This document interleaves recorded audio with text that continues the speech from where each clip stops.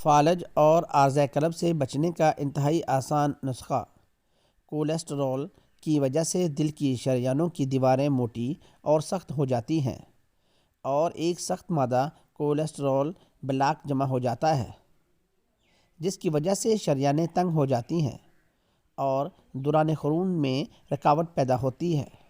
لیکن اس کولیسٹرول کے مضر اثرات صرف دل کی شریانوں تک محدود نہیں، بلکہ یہ ہماری ٹانگوں کی خون کی شریانوں میں بھی خون کو روکتا ہے۔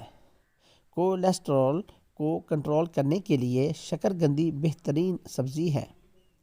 شکرقندی نہ صرف LDL کولیسٹرول گھٹا سکتی ہے، بلکہ کووڈ-19 کی لمحہ بلمحہ بدلتی فضا میں بھی ہمارے لیے امنیتی ڈھال بھی بن سکتی ہے۔ سردیوں میں ہونے والے جان لیوا درد سے کیسے بچا جائے؟ آسان طریقہ کولیسٹرول خون کو گاڑھا کرتا ہے، جس سے فالج اور عارضہ قلب کا خطرہ بڑھ جاتا ہے۔ پھر یہی کولیسٹرول دل کی شریانوں میں سخت بلاک بنانے میں بھی اہم کردار ادا کرتا ہے۔ اس لیے بڑھے ہوئے کولیسٹرول کو ایک جسمانی عارضہ بھی قرار دیا جاتا ہے۔ شکرقندی میں سب سے اہم جزو ریشہ فائبر ہے، جو خون کو تندرست پیمانے پر رکھتا ہے۔ اس کا ریشہ زود ہضم ہو کر آنتوں میں جذب ہو جاتا ہے، یہاں سے خون میں پہنچ کر یہ کولیسٹرول گھٹانا شروع کرتا ہے۔ ماہرین کے مطابق شکرقندی میں B وٹامن، وٹامن C اور D، کیلشیم، فولاد، فاسفورس اور تھیامین کی وافر مقدار موجود ہوتی ہے۔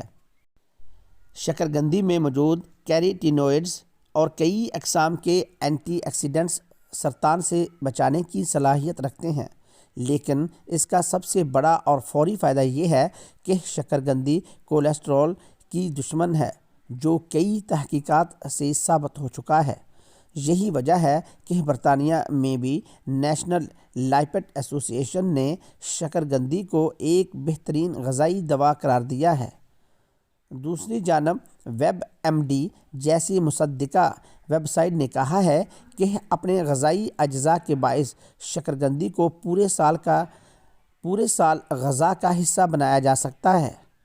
امریکی ماہرین کے مطابق ایک درمیانے درجے کی شکرقندی وٹامن A کی روزانہ مقدار سے بھی 4 گنا زائد وٹامن فراہم کرتی ہے، دل گردوں کی حفاظت کر سکتی ہے۔